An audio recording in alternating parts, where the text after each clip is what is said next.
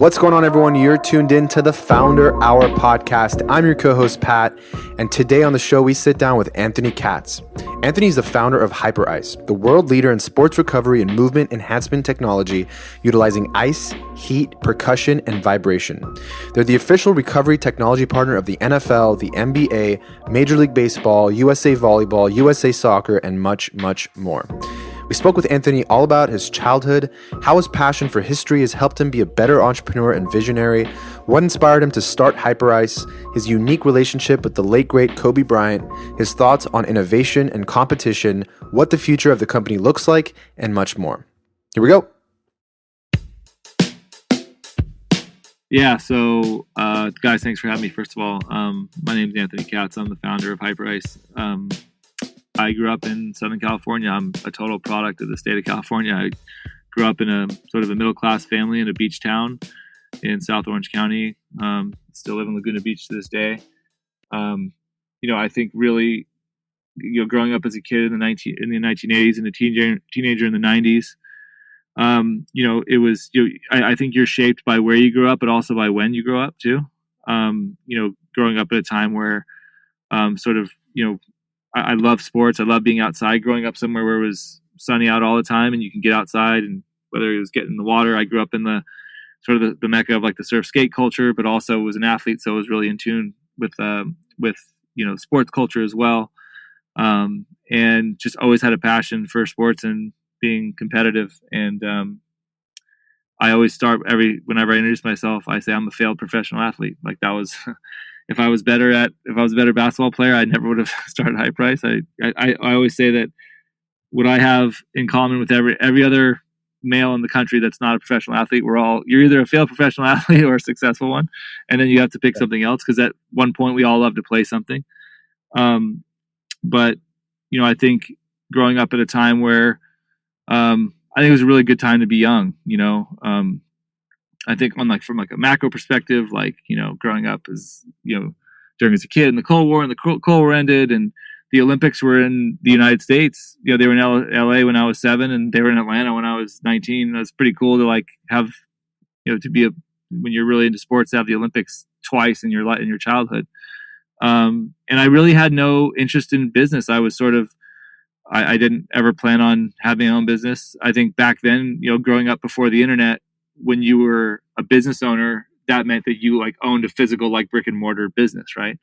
And so definitely grew up. I think really kind of the first kind of time I ever heard about a tech entrepreneur was when Sean Parker created Napster, and I was like, whoa, some guy out of his dorm room became a millionaire by just creating an MP3. And I remember the first time going on Napster and kind of blowing your mind. But I grew up just a passion in school. I was really into history, and I went to college at Hawaii Pacific and was a history and poli-sci major, and decided to go into teaching. And then I was teaching at Laguna Beach High and coaching basketball because I still wanted to stay in touch with the game. And I grew up in the age, I would say, of when it comes to business, I was very much shaped by sort of three kind of major brands, I would say, and one was Nike because I was into sports and they just kind of showed up in the biggest moments and were the most culturally relevant brand. I love their shoes. The age of Michael Jordan, my favorite tennis player was Andre Agassi. I loved Bo Jackson. It was just they got it right in every big moment, and the partnership they had with Wyden and Kennedy, and using the way they tied in sports culture and music and Anthony, just to kind of take it back a bit. Yeah. You talk about this love for basketball. I mean, as a young kid, were you exposed to folks in, whether it was your family or friends? I mean, did you have a consistent group of people, or were you part of a team and played basketball? I mean, how big of an impact did it have in your life early on as a kid? So, I grew up in the time where you didn't specialize in sports, where when we were young, I grew up at the park down the street and we played what season was in. So it was basketball season, we'd play basketball and play basketball on the courts until it got dark. We'd play football, you don't see too many people playing tackle football, but we played just tackle football with no pads, on the grass until that was in the fall. And then spring came around, we played baseball. And so I played all three sports kind of growing up, and then got to high school and picked basketball and baseball. growing up in Southern California in the 80s, you were fortunate enough to watch, you were a Laker fan. I mean, we had Magic Johnson during they won 5 titles in the 80s. I could remember about 3 of them because I was too young for the ones really, really early. But, he was like my sports hero essentially at that time. And, like when you went on the court, that's who you wanted to play like. And so, I was a freshman in high school when, he announced he was retiring because he contracted HIV. And that was like it's like one of those moments you always know where you remember where you were. But continue to play through high school. And then after high school, I wasn't good enough to play, in college, and not focused enough. Even if I was good enough, I was more, but I still love the game and still continue to play. And I still play all the way, never stop. I still play 2 days a week, at least 1 day a week. I ended up marrying, my wife played at UCLA and then played professionally. So kind of growing up around the game and just always having a love for the game and the culture that surrounded it. And to this day, it's a big part of my life. And it's like sort of my physical and mental release that I get to do twice a week. It's something that probably a lot of people deal with, that, when they're younger, they might have this like really intense passion for sports. Like it could be any sport. And then as soon as like you kind of get older and you realize, oh shit, like I've been so focused on this thing, and maybe you're really good amongst your peers, but there isn't like a path to necessarily going pro and making it like your full-time career. And throughout it all, you maybe like weren't even thinking about any other option as far as a career could go. Was that the case for you? And if it was, like, was there anything, I know you said you weren't necessarily exposed to business or entrepreneurship or anything like that. Like, was there anything you could see yourself doing that, besides, I know you said you went into teaching, but did you kind of like fall into that? Or was that something that you always had, kind of in the back of your head, like I could do this if sports doesn't work out? I mean, I think I've always had the balance between being able to like think big, but also be very grounded in reality. And just the reality was that like, there's just not a lot of guys in my profile that are in the NBA. And I think that was realized like at a pretty young age, like, hey, I just love playing this and I love competing.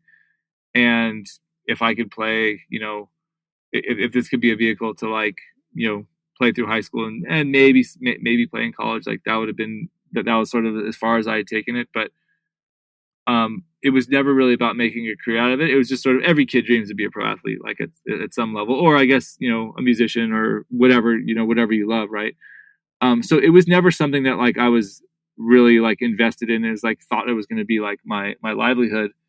It was just something I knew I loved to do. And I got a lot of satisfaction about not only like competing. I just love going out and physically competing, but also the relationships that come with it. Like to this day, like most of my best friends are guys that I met through playing sports with. And so, it was never and then when it came to teaching, it was like, I like being around young people, and sort of coaching basketball was sort of a way for me to stay in touch with the game, and still be around basketball.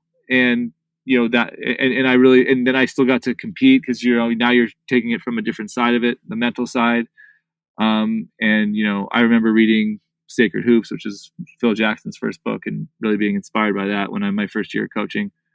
And so, yeah, it was sort of like, hey, this is a good life, like, beautiful school. And I loved history and seeing, and, being able to like be around young people and kind of keeps you young. And then the basketball side of it was just like, hey, being, get in the gym every day and playing. And that's kind of what I thought I was going to do. Yeah. Why'd you choose the majors that you did in college? I mean, was there a vision for what that would turn into? I think just the timing of when I was born. Like, I think I was born at a very interesting time. Like, I'm born as a kid, and it's the Cold War, and like, you're living under this sort of fear of like, okay, like what could happen, and I think that it's hard for a young person to relate to that didn't grow up during that time. And then all of a sudden, the Berlin Wall comes down, and then about a year later, communism falls, and it's like, there was this belief that like, you were witnessing like, that the world was going to be a better place. And that's why I always describe like the 1990s, like so I was a teenager, and I was 13 in 1990. So like my whole teen years in my early 20s were in the 90s. And that was such, like, they call it like the peacetime dividend. Like, you saw a lot of prosperity. That was the strongest growth we've had in this country for the middle class in a long time. It was the, sort of the beginning of the tech boom. And, there was, it was sort of happy days. I mean, it was a really great time to be young. And then when I was in college, and then September 11th, 2001, that really kind of made me understand, like, well, the world just changed and it's way more complex than I thought it was. And I think I always have this drive to understand things. And I'm like, I want to really understand this and like understand the times we're living in. How did we get here? What does this mean? Where we're going? And that happened like, this is like my first or second year that I was into my major. And so it's funny, the night of September 11th, my Tuesday night class, it was going to be my first class of a class called The Politics of Terrorism. And it was the only class I attended that day because once, it happened, I was in Hawaii, so it happened in the middle of the night. So when I woke up, it was already everything was already kind of unfolded. But it was you felt like it was a big moment in history, and there was no other major I'd want to be in. I'm curious. It's funny because, you being like a history major, I can see like the way you kind of see like life. Like you kind of you're kind of relating it to certain events that happened in the past, and like your timeline is very historic. Like you have a very historical, good sense of like that timeline. And you said like a lot of young people might not realize it, but I would bet that even people that are, around your age or older even might not even see things that way because you clearly have this interest in that. And so I'm curious with you, like when it comes to your interest in history, how has that played a role with you being like a visionary and entrepreneur? And I guess the question also is like, how much of history do you think dictates what's coming in the future in your perspective? It's a great question. And I think about this all the time. I always think that my interest and passion for history and then my education in history and political science prepared me more for entrepreneurship than if I studied business and entrepreneurship, because I didn't come into business with any like preconceived set of ideas. I was a little naive, which has its, there's positives and negatives to that. But historians tend to think in really see the world through a very broad lens, right? And if you want to like kind of see if you want to see like kind of and predict where the world's going to go, you have to understand what's come before that, right? I think in this culture now, everyone lives in these like snapshot moments and doesn't really kind of look through the broad lens. And I think people that see things that from a more historical perspective kind of look at things that way. And so when I got introduced to the industry, so like when I started Hyperice, I was just really focused on one thing. I was making my own knee icers because I was getting a little bit older and getting a little bit sore. And I started to read, what do professional athletes do for recovery? And there was no recovery industry, right? So all guys did back then was ice joints. So I made my own knee icers, and that was like I was like an art project, right? And then I kind of fell into entrepreneurship because my friend was training Kobe Bryant at UC Irvine where I would play pickup, and he said, hey, he's like, can you make them for Kobe, because he ices all the time and I want to show him that's better than a plastic bag. And so I was able to get introduced to Kobe. I made him a pair that I was using, and then he gave me a ton of feedback and saying, hey, you got to make it like this. And it just exactly how he was with his Nike shoe. And then the first time he met, he said, hey, I like your idea about like having something I could wear all the time as opposed to like filling up a plastic bag and throwing it away every time. He's like, but you have to make all these changes. And he goes, if you can make it better than what I use now, in his words, he said, I'll wear that shit on the bench. And so, meaning that in the fourth quarter of a blowout, if he's not going back in, he would start icing right there on the court. And I'm like, wow, if I could ever have that moment, like my little art project could actually turn into a business. And around what years is this, like, for context? This is I met him in August of 2009, but it took me, over a year to develop the product. So like the meeting was in August of 2009, and we still won the championship that next year. So yeah, exactly. And then I would like to think it had something to do with that. Yeah. But he didn't really get the product until really 2000, until after they won the title in 10.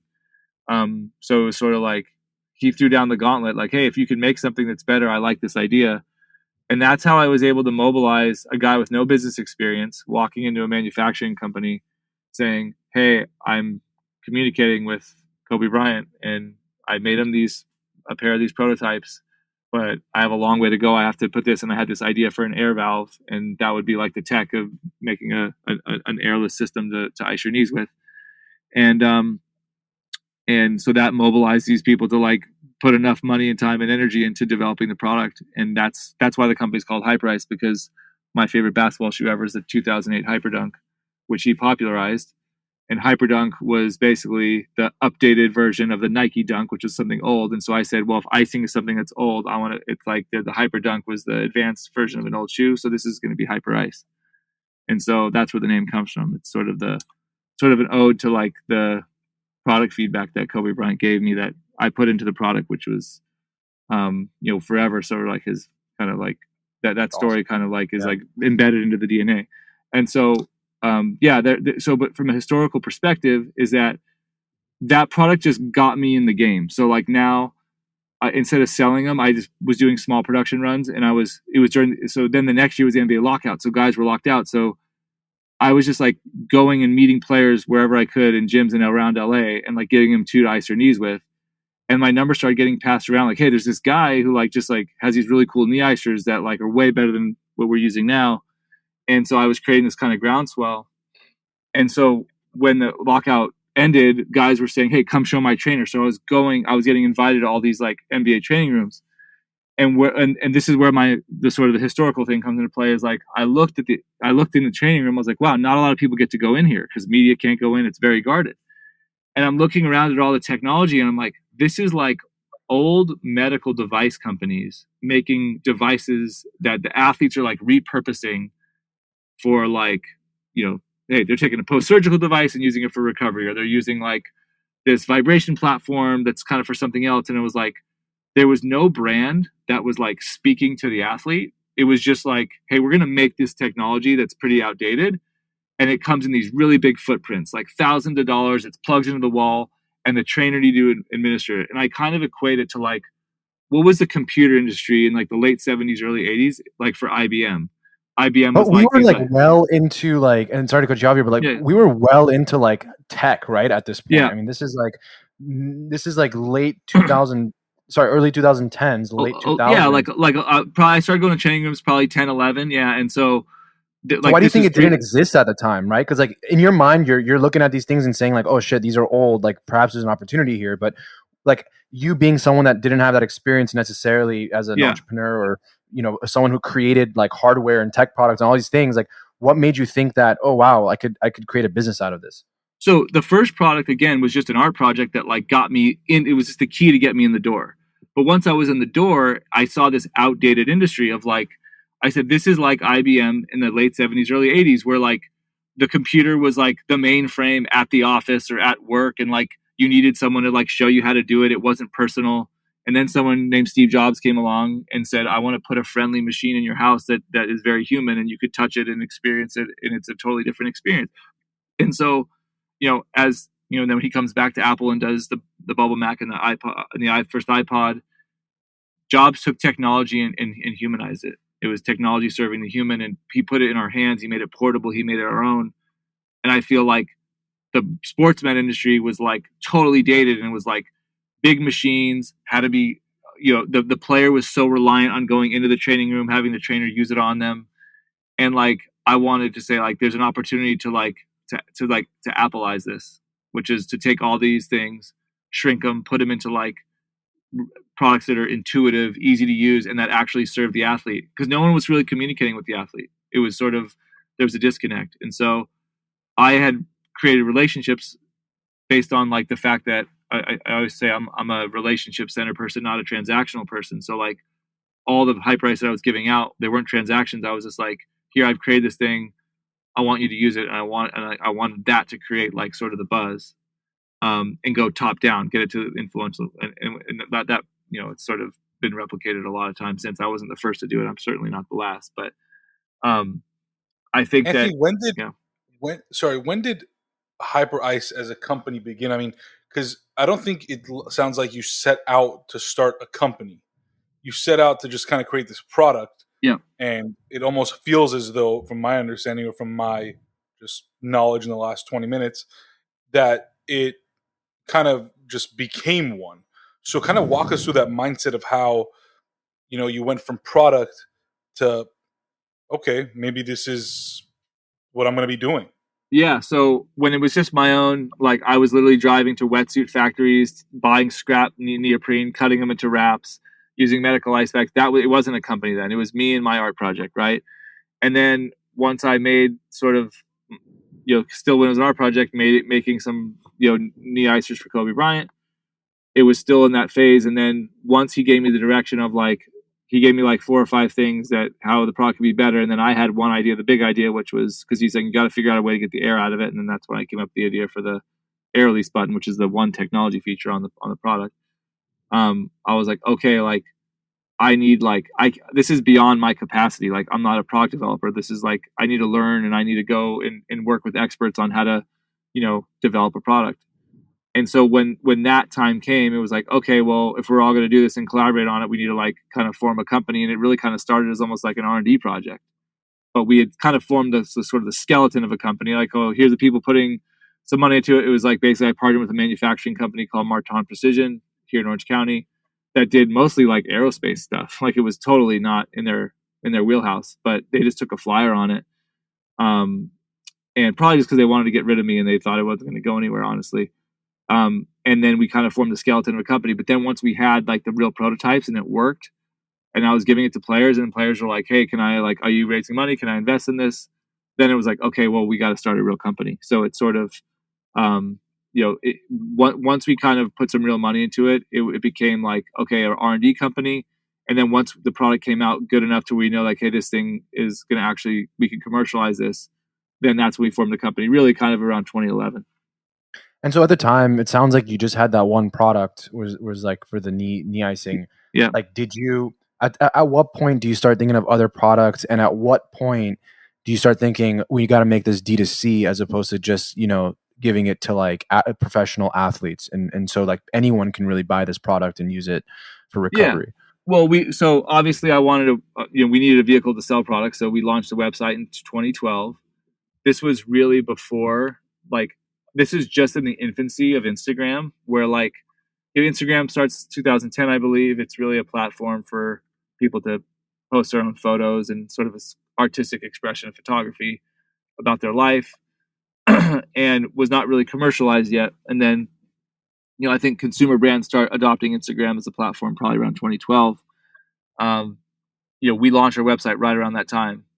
Back then, Facebook was a dominant platform for like running ads, and sort of brands were having putting more time into Facebook.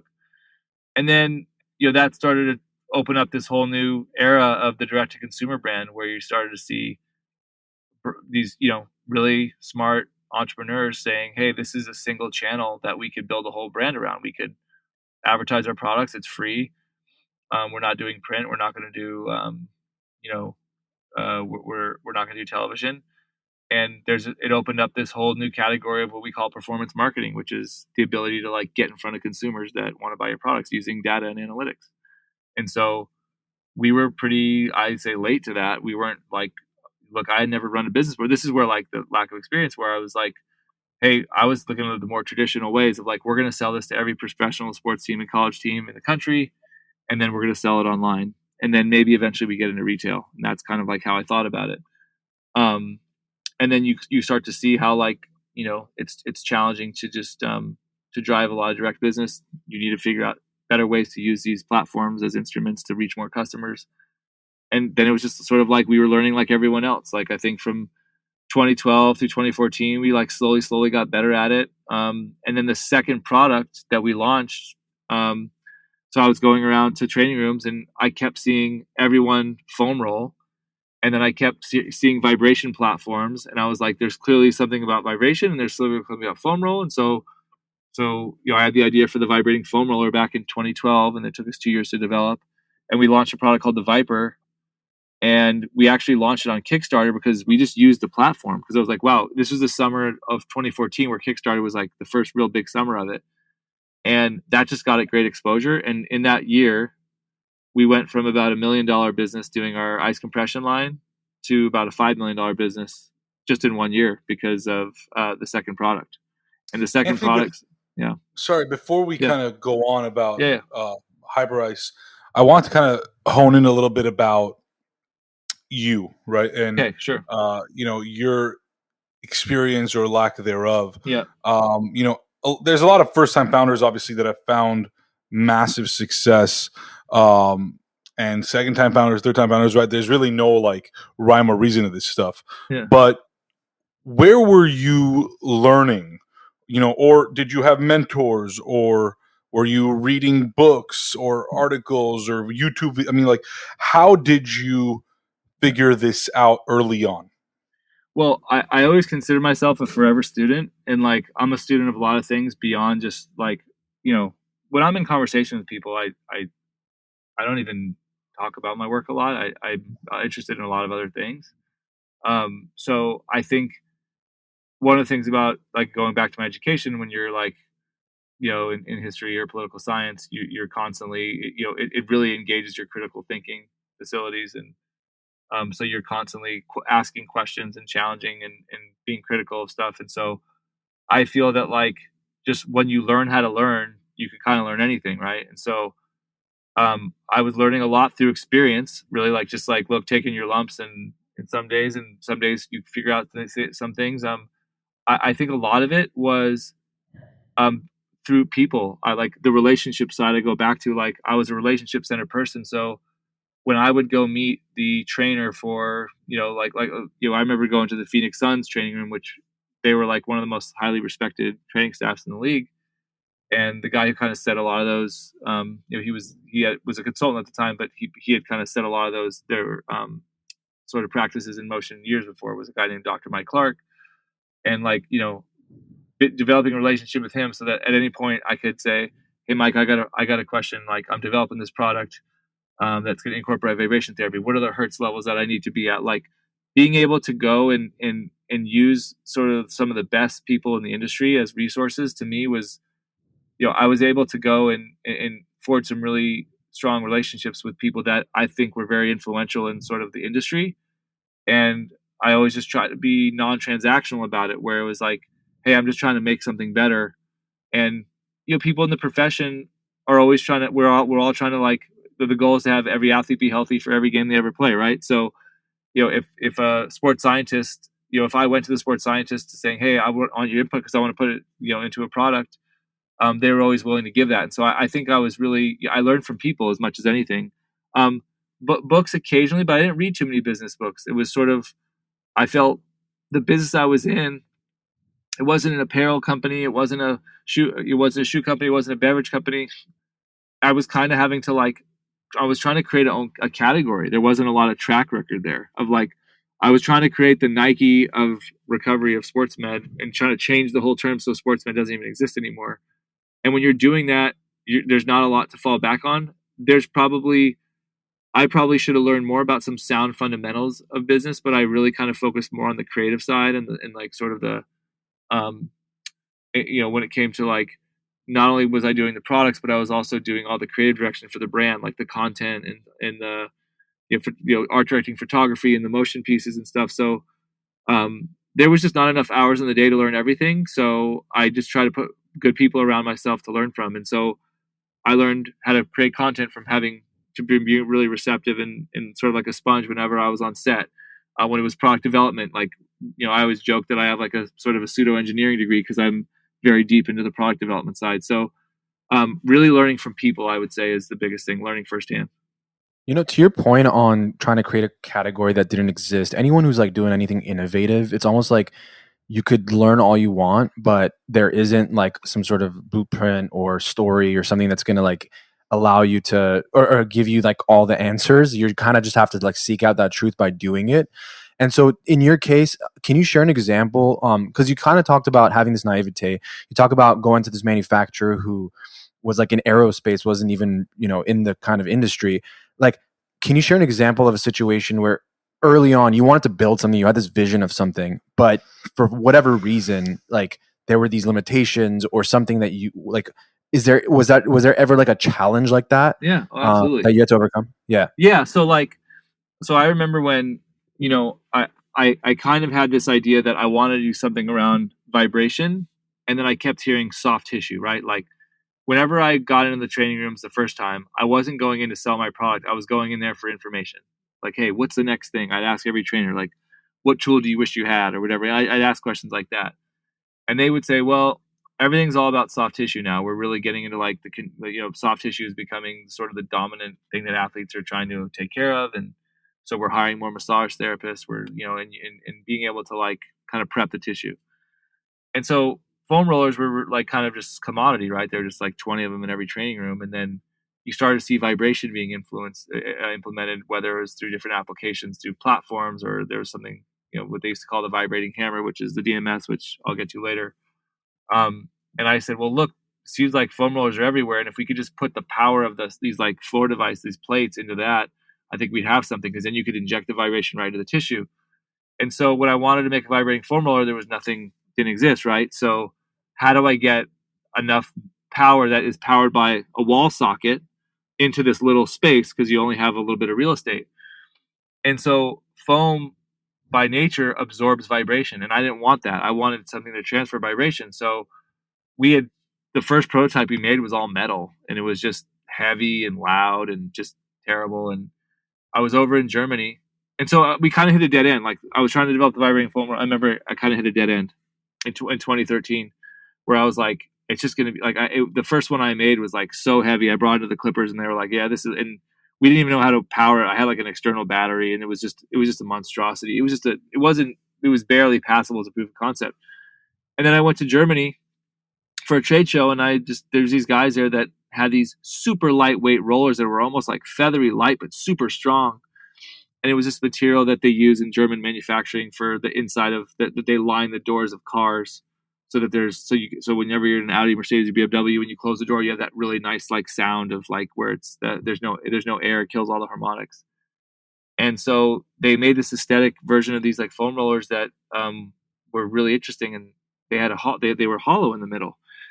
And so I bought one, and I took one back home, and I remember saying like, hey, could we shrink down the vibration components into this little hole? So I got these hobbyists to help me. They had some experience making really small vibrating stuff. They came up with a PVC pipe that fit the hole, put the motor, it was just duct tape and just really crude, and resistors was not very safe. And we stuffed this PVC pipe into this German foam roller. And it felt exactly how I wanted it to feel, because the vibration was not being absorbed by the foam. It was going right through the foam, because the foam was totally different material. And I remember the first time using it going, wow, I got up after, I'm like, wow, my body feels totally different. Like and so we had toyed with, we found a motor company. They sent us 4 different motors, 4 different weight sizes. And then I remember in the summer of 13, I was going around with a box of basically 4 vibrating foam rollers that had different motor and weight combinations. I took it to the Lakers, I took it to the Clippers, I took it to the USA volleyball gym, and I said, here, have your players roll on these and tell me which one gets the most positive feedback. And everyone was like, this gray one right here. That was like that, and it had the biggest weight, so it had the biggest mass. The biggest mass meant it had more punch. And so we were able to kind of work backwards from that. And the development of that product, it's always easier when you go to manufacturers saying, hey, I want to make a, fill in the blank, something that's already been done before. They kind of know how to do it. But we were like literally making something that didn't exist. So, hey, how do we make it so it works? How do we make it so it's safe? Because you're like, the last thing I wanted like violent like vibration, and like electronics are not designed for that. So How do we make it safe? How do we make it strong enough? So you're trying to please like the athlete and give them what they want, but you're also trying to be safe, because you don't want to like, you don't want the thing to blow up. And so the challenges really became of like, how do we get this product to market? And so we were able to, with our manufacturing partners, it takes a village, with my engineer, myself, the Germans, like it was this full team effort to like bring the Viper to market in 2014. And it's still like, to me, one of the most exciting times in the history of Hyperice, because it was something new and different that no one had ever seen before. And the product caught fire, and we were like in every athletic training room within a year. Are those things that, from a business standpoint, like you're able to, what do you call it, patent, like in terms of the design? Because I see this all the time with different industries. Like there's this like initial pioneer, innovator person, company comes in, creates something, and then all of a sudden, you see a lot of like knockoffs and Me Too's, and they just kind of take it. So I'm just curious, like from that standpoint, was that was that something you guys were able to do, and did that help you at all as a business? Yeah, U.S. patent law is pretty outdated, and then the issue with international patent law is that a lot of products are made in China, so they're manufactured or assembled in China. So now you're subject to their laws, which are always going to basically they don't care about infringement over there. So like if you have a Chinese manufacturer that is ripping off an idea, good luck trying to go and get a law firm and sue them in their own country and win. So then it really becomes like, okay, so don't let them sell in the US. Well, Amazon is a huge sort of enabler of basically knockoff or patent infringed products, because Amazon throws their hands up and says, hey, we're just a marketplace. So when we came out with the Viper, there were knockoffs for sure. But one of the things that we had a really clear patent on in the US was the way that we made the vibration strong. So a lot of the rollers that were coming out never caught on because they just weren't strong. The vibration was really weak because we had the way we designed our vibration mechanism was really innovative. And to this day, we actually enforced the patent this year and won. So that's a case of the patent holding here. I would say in other areas like our percussion device, yeah, it's been knocked off hundreds of times, and it's like playing whack-a-mole. You have a design, you come out, you introduce an idea to the world, and it gets ripped off. But I definitely think that like not to just like lay it all on Amazon, but like without that platform, like if you think about what Amazon, they say they're a marketplace. Well, they're a digital marketplace, right? So if you were going to build a mall and I was going to have a marketplace, right? And I opened a store that was selling all knockoff counterfeit Nikes, like someone would come in and shut me down. Hey, these are not real. You're not allowed to sell these. The Nike Corporation can cease and desist you. But for some reason, when you do that in the internet, it's just like, oh well, like it's just on the internet, so it's fine. And get in line with the other 1,000 brands that are trying to get stuff taken down. So it becomes a real challenge that when you put an idea out into the world, a benefit of globalization is everything's so connected, right? Consumers see it instantly. The downside is that people will come in and like knock it off and undercut you, and you see that. Like you could go online right now and find knockoff AirPods, right? You could find knockoff Beats, you could find knockoff almost anything, and it's just super hard to police even for the big companies. So it's sort of a reality that we deal with, and I think as a big picture initiative for the country, I think we need to protect intellectual property better. And I think Amazon could be the biggest leader in being part of the solution there.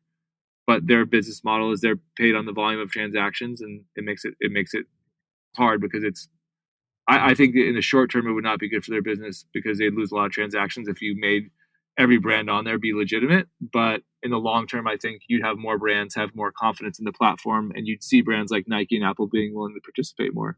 The reason why they don't is because they don't protect intellectual property. Yeah, you talk about initially like wanting to kind of Appleize or Applefy. I don't know what you said, but like try to make this kind of like an Apple style, business, if you will. And is that what the vision is? Like you have all these products, you're going to come out with new kind of iterations of them every year, but then also you have different product lines surrounding like recovery. Like, is that kind of where you see the company headed? Yeah, I mean, absolutely. I feel like if you think about Apple, it's like, like right now we're doing this on my Mac laptop, and that's like my hub, right? And then like my iPhone is like the product I take everywhere, and then my AirPods are my like situational product, and then I have Apple TV. I mean, and then I have the services. It's sort of like for the human body, it's like we make a product called the Normatec. Like that's like your hub. Like that's like what you do every night. You plug in, and like we're a big system of fluid, and that's basically like our fluid flush system that we do every day. And then the Hypervolt's like our iPhone. You take it everywhere. People should use it every day. It's like a toothbrush for the body. I'm trying to draw the parallels to Apple here. And so, and then you might have our like thermal products that are more situational, like your AirPods. You use it when you need it situationally. And Steve Jobs always said, "I want all of our products to fit on a conference table." He didn't want to make 1 million products. Like the products that are so good that they simplify your life. So you shouldn't need 100 of them, right? So I kind of feel like for us, we have these different product categories. Our thermal line with the Venom, and then now the HyperIce X, and then our vibration line, which is really more sport performance. So, and then the addition of when we acquired Core, which is a sort of a mental wellness tool. I think that yes, basically having a product that will fit every need that the human body can have.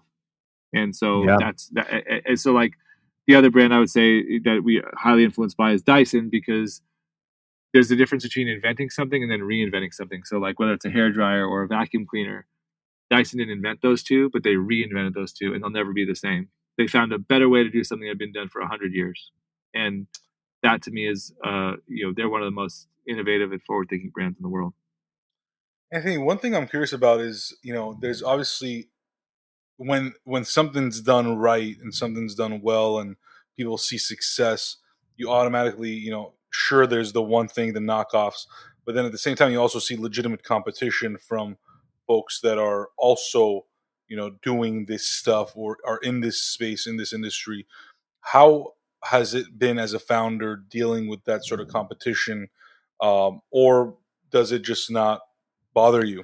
Something to back off of that too is an interesting phenomenon, because I remember reading about it, where it's like a lot of innovative things that have come out. Like a lot of companies kind of, it's just like they do it around the same time, and whatever kind of external sort of forces that led to that happening, it's just like a time in history that it's kind of like a natural progression, if you will.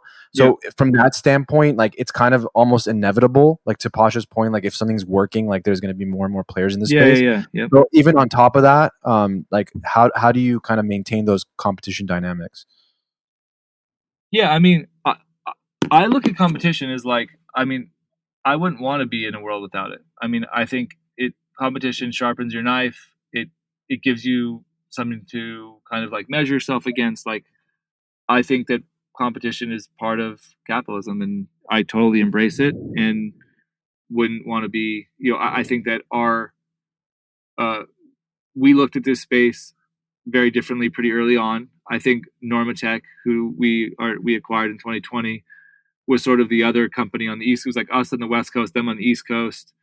They kind of came out of the medical device world, kind of the older world I described, of like really expensive device, not super sexy. The old ones are pretty kind of funny to look at now. And then, the son of the founder basically said, "Hey, let's put this on an athlete and see what it does on a totally healthy body." And then the product got sleeker and a little bit more like, more in the lines of the products that we see today, and sort of we're continuing that and sort of making them more Apple. But we were like kind of the first two brands that really were, I think, thinking about recovery every day and trying to like, I think the difference between our two brands was they had one product that they were just constantly iterating and perfecting, and where we were like kind of trying to make the next one and the next one. And, the Hypervolt ended up being our biggest one, which is our fifth product. And so, but then along the way came competition. And like now there's honestly brands out there that like you look and their whole product line is like knockoff HyperIce products. And so, I would say that like we do have legitimate competitors out there that like are like bringing innovation to the table and that are thinking about this in a productive way.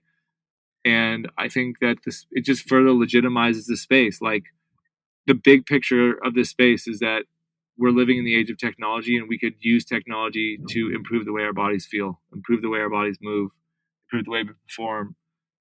And that's a really big idea that got introduced to the world. And so there's room for more than one company there.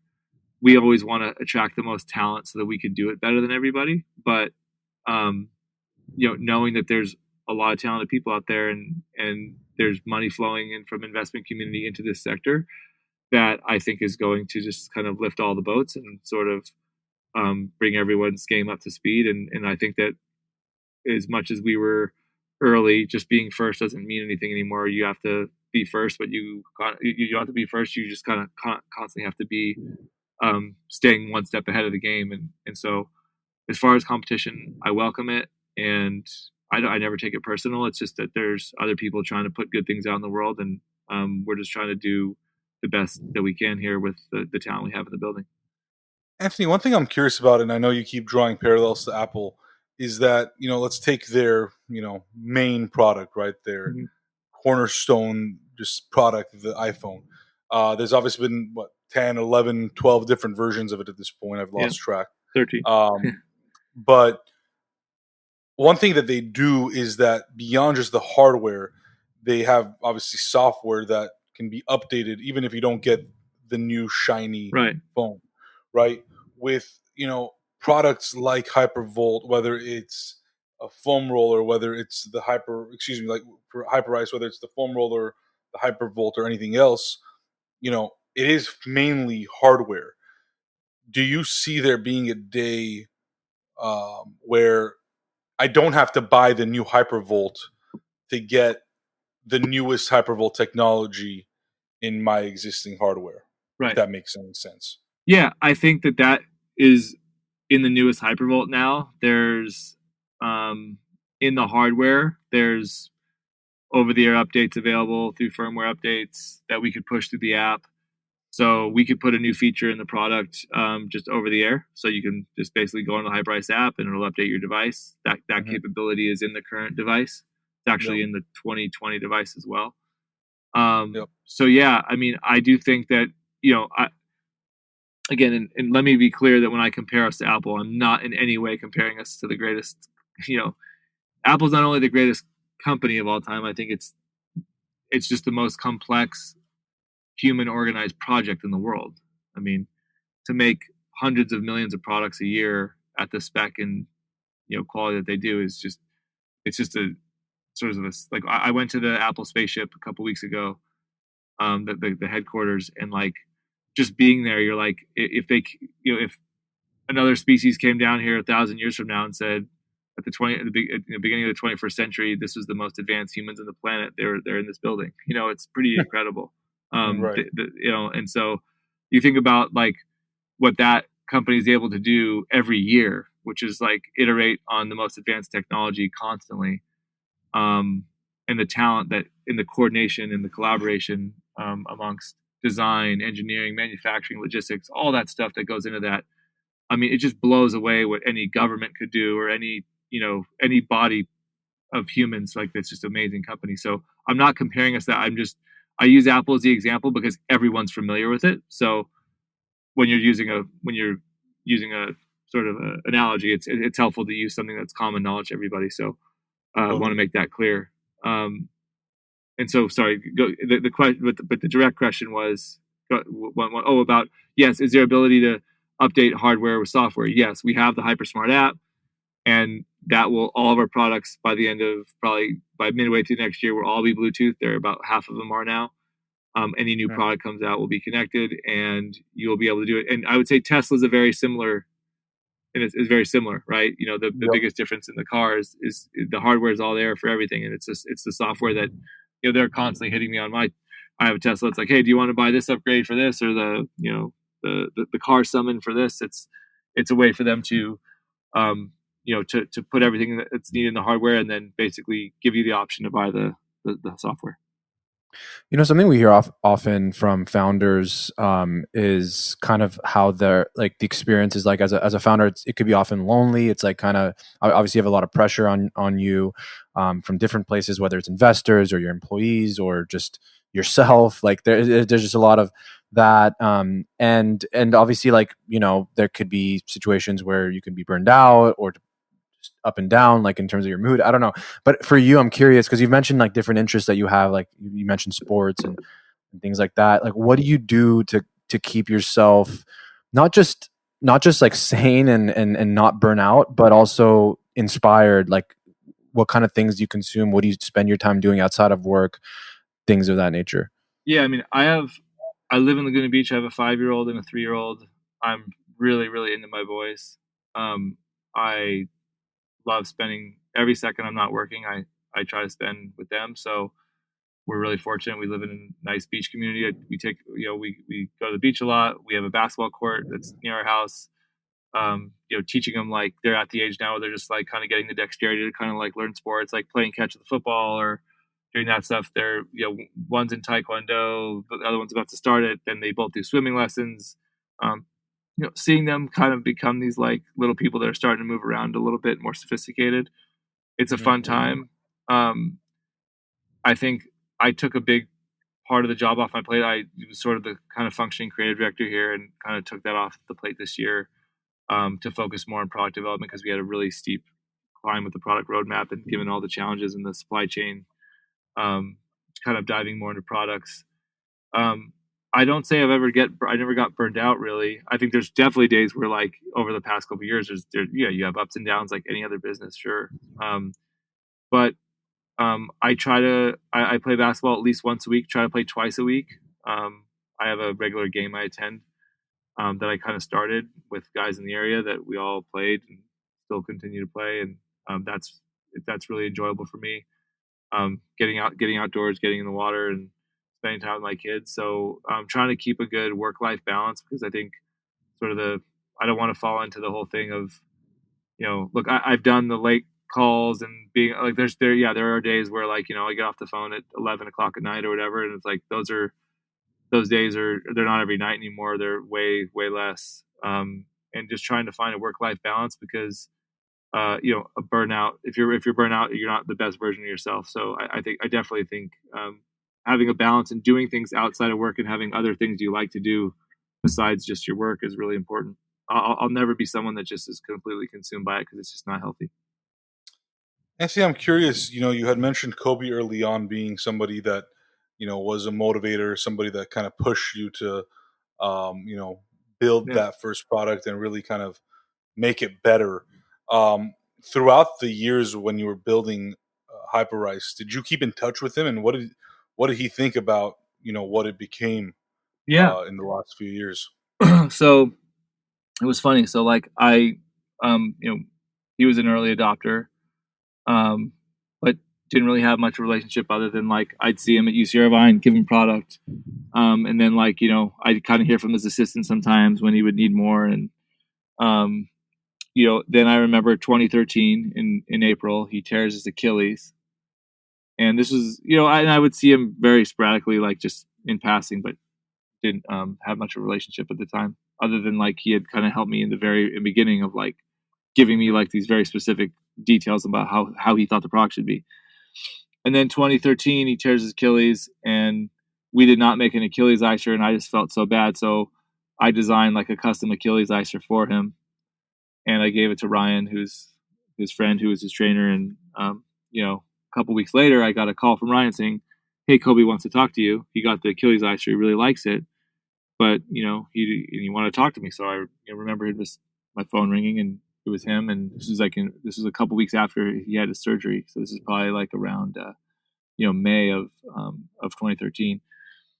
And he's like, "I remember the first time I met you. You showed up with an ugly ass cardboard box with a bunch of your cut up products." And he goes now.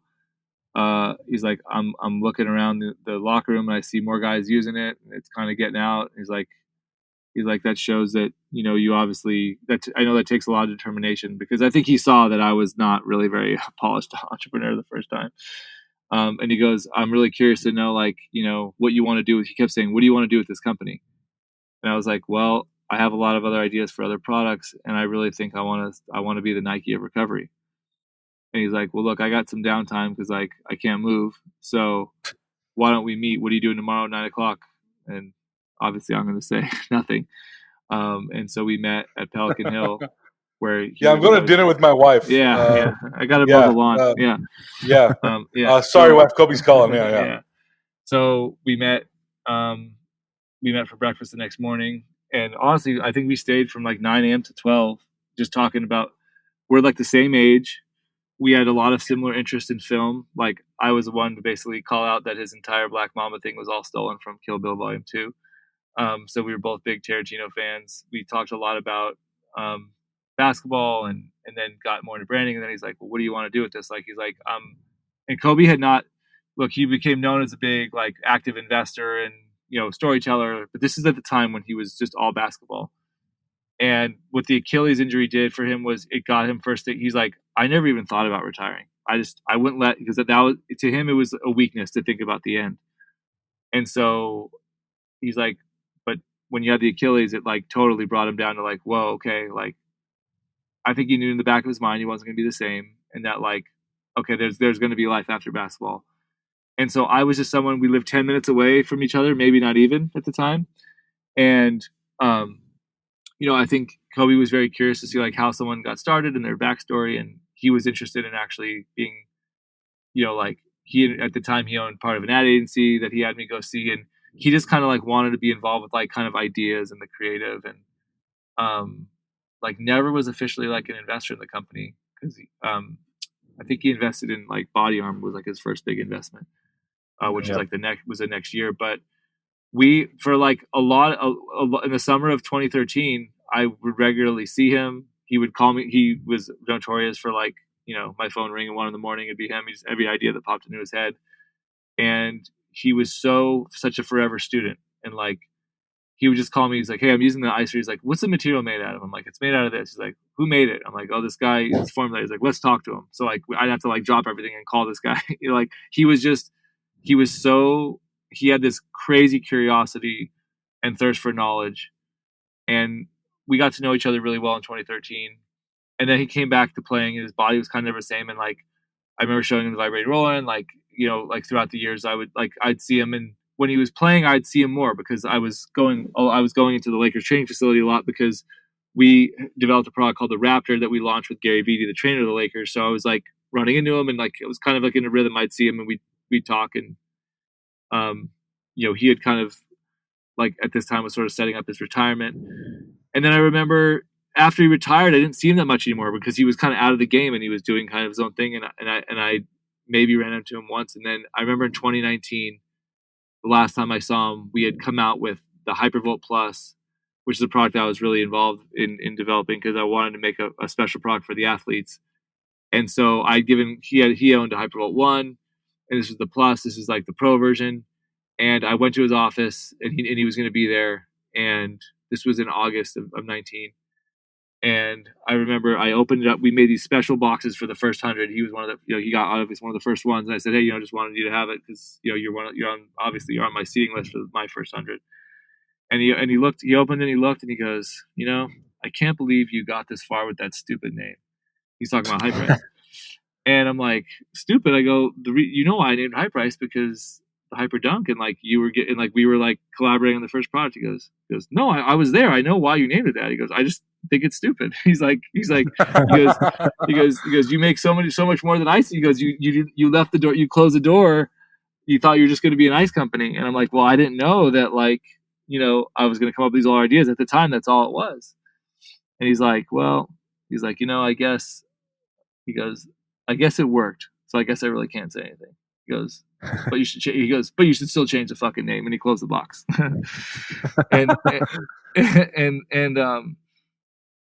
I remember at the time, like, you know, I thought I'd see him more often because he had an office nearby, and you know, he had Mamba Academy, and we were sort of involved with that. And I thought that, you know, you just never ever think that, you know, he's not going to be there. And so that was it really hit me, like, you know, that was obviously just, again, one of those moments you'll always remember. But I remember when we did our NBA deal, we became the official recovery partner of the NBA in July of 2020, about, you know, 7 or 8 months after he passed.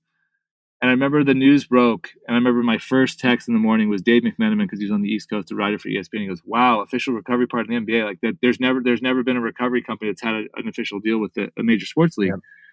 And so, and you know, and then, you know, other people were like texting me about, like, that's a big move, and the part of our part of our NBA deal is that there's a Hypervolt on every chair and on every sideline.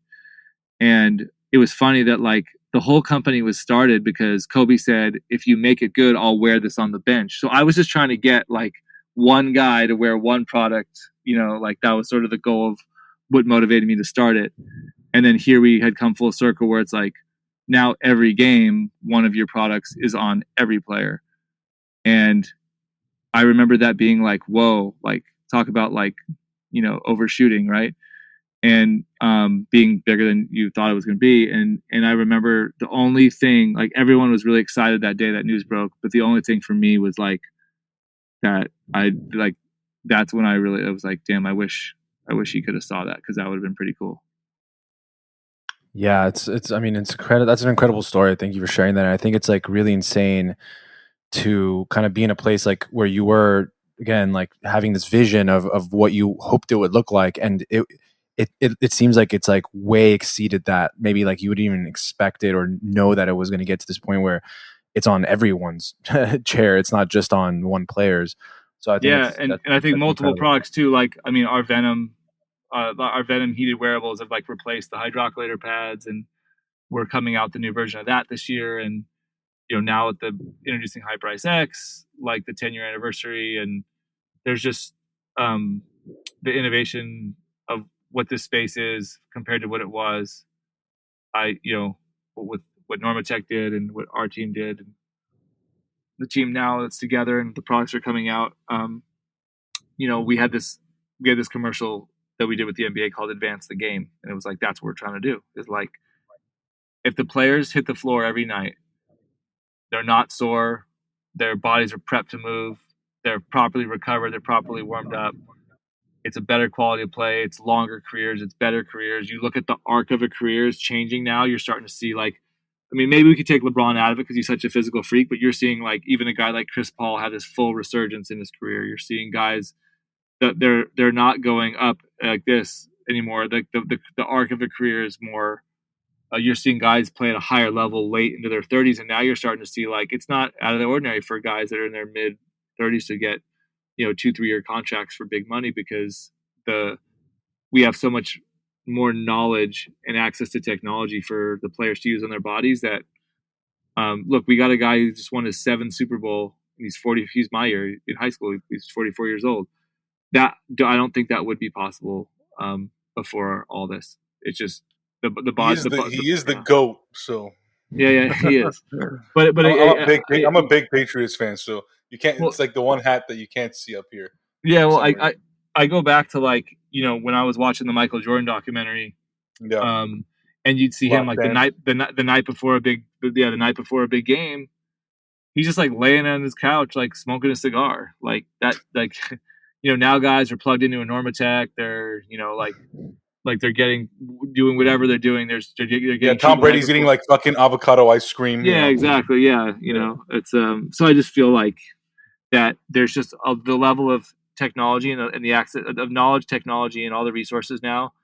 It's making the game better, and I couldn't contribute to the world as an athlete in a big way, but to think that like I'm part of something that like we're introducing the game to better things and improving the game is, you just hope that the work you do can contribute in some positive way, and so that's I guess like the first step towards at a very high level. Yeah.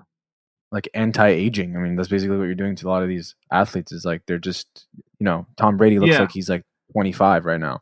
Well, the definition of aging, one of them is the loss of movement over time, right? So it's like you see a snapshot of like a little kid that won't sit still, and then you see a 90-year-old and they can't move. It's like that's like sort of a snapshot of how he aged. And so if you could keep the body moving completely freely without friction, like that's the goal of anyone, should have a frictionless body.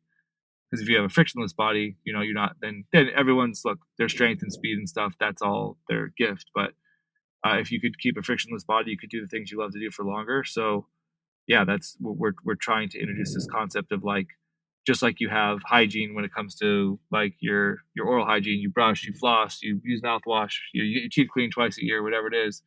Like you do the same thing to your body, and like you treat it every day and do right by it every day, and then you combine that with like this data-rich environment we live in now with sleep tracking and diet and stuff.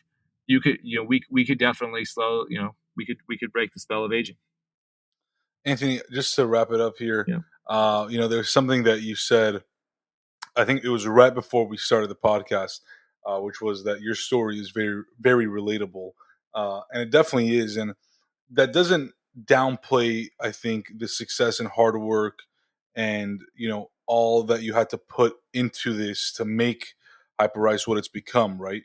I do think that, and obviously you're a testament, a lot of others are testaments to this, that you don't necessarily have to have a business degree. You don't have to have parents that are entrepreneurs. You don't have to have, family and friends that are massive investors. You don't even have to have a good idea sometimes. Sometimes it's just, luck. Sometimes it's just one thing that worked for you, a little product, and then you just kind of build on that. I think the key, though, is just, number one, starting and not giving up, number two, right? Just continuing. and making sure you better yourself, you better the products, you better those around you, and you constantly, like you said, are a forever student. And I think if you can just repeat that time and time again, chances of success increase. They're not guaranteed, but it's very likely that you will reach a point where, you know, you realize, okay, I'm onto something.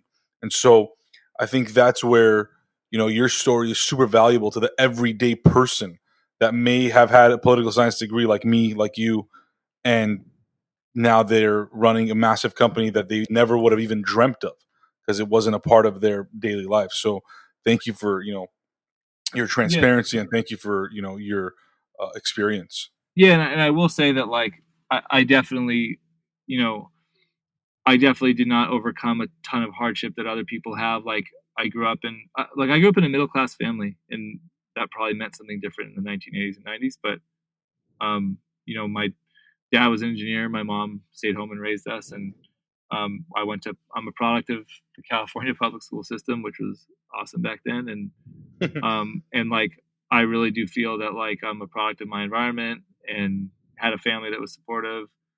But really, honestly, I feel like, you know, High Price is really built by a network of people that I sort of curated over time before I got into business, and then after and during. But I kind of feel that there's really like one thing I try to teach my kids above all is like, just sounds so corny, but just like basic kindness. I think goes a long way. Um, you know, and just the way you treat people, and it just allows you to put better people around you. And I think that's one thing that I think gets lost. And so much people think about like, oh, was he a great innovator? Was he a great this or that? It's like sometimes you'd be surprised how far just like basic kindness goes. Yeah, you know, it's funny you say that. Well, it's not funny, but it is funny because the one question Pat and I get asked a lot, almost like every day, is, you know, what's the common thread between like the Yeah. founders that were most successful? And you know, I think our answer is pretty much always the same, which is like they're always the nicest and most generous with their time, their energy. I Right. mean, and again, there could be an argument of, well, are they that way because they are successful now, or were they always that way? And it's a toss up. I mean, I don't know. Yeah. I'm sure there's some influences of, you know, both, but I think Right. for the most part, the most successful people that we've talked to, and we've talked to a lot at this point, are just genuinely kind. Like just that's it. Period. End of story. And everything else you can learn along the way, you know, and you'll figure it out. Yeah, there was actually, I think, a documentary on Mr. Rogers I watched on the plane, and that was sort of like the basic thing of it was like this. It's like the lost art of kindness, you know. Yeah. Like sometimes that's just, I don't know, you know, it's a trait that like I think, you know, people think that, oh, the most successful people, what do they share? Like, yeah, I agree. I think that yeah, most the ones I meet like have a certain You can have basic an level. IQ of yeah, you can have an IQ of 1,000,000 and do great things, but if you're a fucking asshole, like who Yeah, cares? Like, you know what yeah. I mean? Just like whatever. It's always funny because I'm a fan of Seth MacFarlane, and I still watch Yep. Family Guy, and it's the whole thing. He has this like bone to pick with Thomas Edison, where he's always portraying to be an asshole, and there's always these like kind of flashbacks to Edison being an asshole, and like even though he was this great inventor, and apparently he read that he was an asshole. So I don't know, maybe he was, but I will say on the note of kindness, both Pat and I went to USC, and I'm sure Clay Helton was a super kind guy. But there's times that you just got to cut the kind guy, right? yeah, Like you can't just be kind and not do your job. yeah, So be kind and do your job yeah. is the moral of the story. But the basis is be kind, Yeah. and that's you can't. But it can't just stop there. Yeah, and But Jobs was kind of an asshole. yeah, yeah, Yeah. And so is and actually Bill Gates has probably done the biggest transformation yeah, of being an asshole and then being like completely different. Um, yeah. I tell everyone like if there's one thing they should watch, the one time that Jobs and Gates were in the same conversation in an interview was at that tech summit where like the Yep. husband and Yeah. wife I think interview them, and I've watched that so many times, and like I love watching that. So it's like basically you're seeing like the two guys that shaped the world that we live in probably more than anybody. And Yeah, that's a great one. pretty, it's so awesome. And when last thing I'll say, when the best part of it to me is like the last question they say, um, what's one thing you admire about the other? And they go, Bill will ask you first about Steve. And he goes, well, I just think Steve has incredible taste. He's like, his taste for design, and he has such an eye for things. And it's just, as a software guy, I just don't have that. And his ability to like see things, and, and he says that. And then, but Jobs, says, he goes, what I admire about Bill is that he built the biggest company in the world. And then he realized he didn't really care about being the richest guy in the graveyard. And that's such a great line. Like, because then Gates left and then dedicated his life. He quit Microsoft at its peak and then left and went and dedicated his life to philanthropy and, solving like sewage problems in Africa and water and like stuff that like, other people and became even richer. But I'm saying other people that had that money would probably be like on a yacht with models or whatever. And this guy's like digging holes in the dirt in third world. Shout out Jeff Bezos. Yeah. And so I think that like, but he said, what I admire about Steve is he doesn't care about being the richest guy in the graveyard. And that was a great line. I always remember that one. Well, Anthony, thank you so much for your time and sharing your experiences and story with us. And I'm looking at my Hypervolt right there. It's on my wine fridge, which is the perfect place because you can have some wine, chill, and then you recover. But Pat and I have been following Hypervolt for so many years now, so we're so glad to have made this happen, and we can't wait to see how you continue to grow the company and create incredible products that actually matter and that actually improve the lives of just everyday people. So I appreciate the kind words, guys. It was nice for you having me on, and keep in touch. Thanks, Anthony.